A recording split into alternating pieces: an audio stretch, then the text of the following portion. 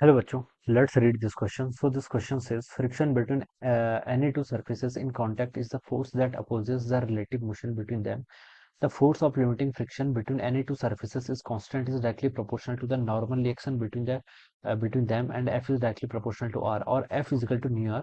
When nu is the coefficient of limiting friction, if theta is the angle of friction, then nu is equal to tan theta. बिल्कुल ठीक है. A force of 49 Newton is just able to move. यहाँ से question start होता है. A force of 49 Newton is just able to move a block of wood weighing 10 kg on a rough horizontal surface. Then the coefficient of friction. आपको यहाँ पर क्या बताना है बच्चों? कोफिशिएंट ऑफ फ्रिक्शन कैलकुलेट करके बताना है. तो इस क्वेश्चन का की कॉन्सेप्ट देखिए, लिमिटिंग फ्रिक्शन लिख लीजिए. क्या लिख लीजिए? लिमिटिंग फ्रिक्शन बोल दीजिए, ठीक है. या फिर आप बोल दीजिए maximum value of the static friction, ठीक है. या फिर फ्रिक्शन लिख लीजिए, या फिर सिर्फ स्टैटिक फ्रिक्शन लिख लीजिए. ऑल आर दिस की कॉन्सेप्ट ऑफ दिस क्वेश्चन, ठीक है. लिमिटिंग फ्रिक्शन देखिए होता है कि बच्चों, उसको पहले हम ऐसे समझते हैं, जैसे कोई ब्लॉक है, ठीक है. कोई ब्लॉक है, इस ब्लॉक पर देखिए आप फोर्स लगा रहे हैं, ठीक है. इस पर आपने फोर्स ऐसे हॉरिजॉन्टल डायरेक्शन में लगाया, ब्लॉक आपका रेस्ट पर है, ठीक है. आपने 1 न्यूटन का फोर्स लगाया, ब्लॉक रेस्ट पर है. 2 न्यूटन लगाया, ब्लॉक रेस्ट पर है, ठीक है.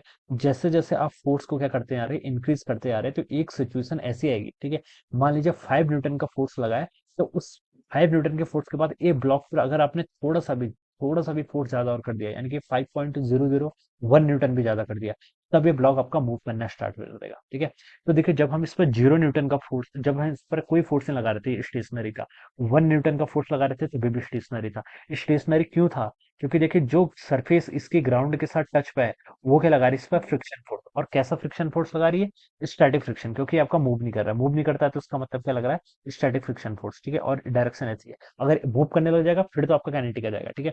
तो स्टैटिक फ्रिक्शन आपका क्या कर रहा है? एक्ट कर रहा है. तो 1 न्यूटन का फोर्स लगाया, नहीं मूव कर रही. 2 न्यूटन लगाया, फिर ही मूव नहीं कर रही. 3, 4, ये मूव नहीं कर रही. 5 न्यूटन लगाया, तो 5 न्यूटन से अगर आपने थोड़ा सा भी ज्यादा फोर्स लगा दिया, फिर ये मूव करना लग जाएगा. और एक बार मूव करने लग गया, फिर आपका स्टैटिक नहीं, फिर आपका काइनेटिक फ्रिक्शन एक्ट हो जाएगा, ठीक है. तो देखिए, स्टैटिक फ्रिक्शन क्या है, अपनी वैल्यूज को एडजस्ट करता है डिपेंडिंग अपॉन द एफ, जो आप एफ एक्सटर्नल लगा रहे हैं. जब 0 न्यूटन था तब स्टैटिक फ्रिक्शन 0 था. जब आपने 1 न्यूटन का फोर्स लगाया, तो स्टैटिक फ्रिक्शन ने भी 1 न्यूटन लगाया, तभी तो स्टेशनरी है ना, अगर दोनों साइड फोर्स इक्वल होंगे. जब आपने 2 न्यूटन का एक्सटर्नल फोर्स लगाया, स्टैटिक फ्रिक्शन ने अपना मैग्नीट्यूड 2 न्यूटन कर लिया, ठीक है. तो static friction self adjustable nature का होता है, अपनी वैल्यूज को क्या करता है? एडजस्ट करता है, ठीक है. और यहाँ से हम लिख सकते हैं, जो इसका इसके करस्पॉन्डिंग कोई एग्जैक्ट फॉर्मूला नहीं बता सकते, क्योंकि इसकी वैल्यूज तो क्या कर रही है अपनी, क्या कर रही है अपनी, चेंज होती जाती है. लेकिन हम एक इनइक्वलिटी बताते हैं कि value of static friction is always lesser than और equal to mu S n के इक्वल लिखते हैं. न्यू एस एन क्या आपका? This is called the maximum value और limiting value of the static friction.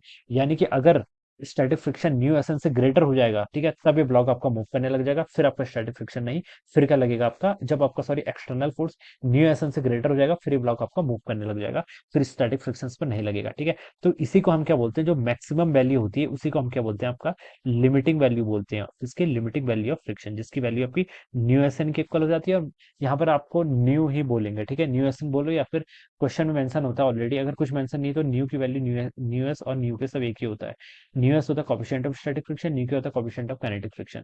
Question में कुछ ऐसा नहीं बोल रहा है तो न्यू सबके लिए इक्वली होगा, ठीक है.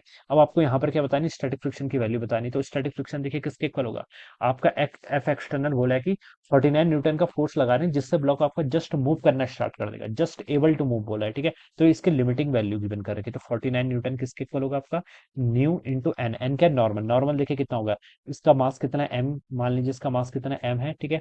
एम जी फोर्स उसमें डाउनवर्ड डायरेक्शन में लगेगा, और नॉर्मल कितना हो जाएगा आपका, एम जी के इक्वल. तो नॉर्मल यहाँ पर पुट कर लीजिए एम जी के इक्वल, ठीक है. 10 kg का ब्लॉक है, ठीक है. 49 न्यूटन का फोर्स लगा हुआ है, तो 49 न्यू 10 kg का ब्लॉक है, तो 10 इंटू जी की वैल्यू कितनी कर लीजिए, 9.8 कर लीजिए. तो यहाँ से इसको सॉल्व कर लीजिए. न्यू देखिए कितना हो जाएगा, 49 डिवाइडेड बाई ये आपका 98 हो जाएगा. इसको सॉल्व करेंगे तो 1/2 हो जाएगा, 1/2 बोले तो 0.5, ठीक है. तो ये इसका आंसर होना चाहिए 0.5, ओके. तो कौन सा option, A option will be the correct. Okay, so I hope you all understood this concept. All the best and thank you so much.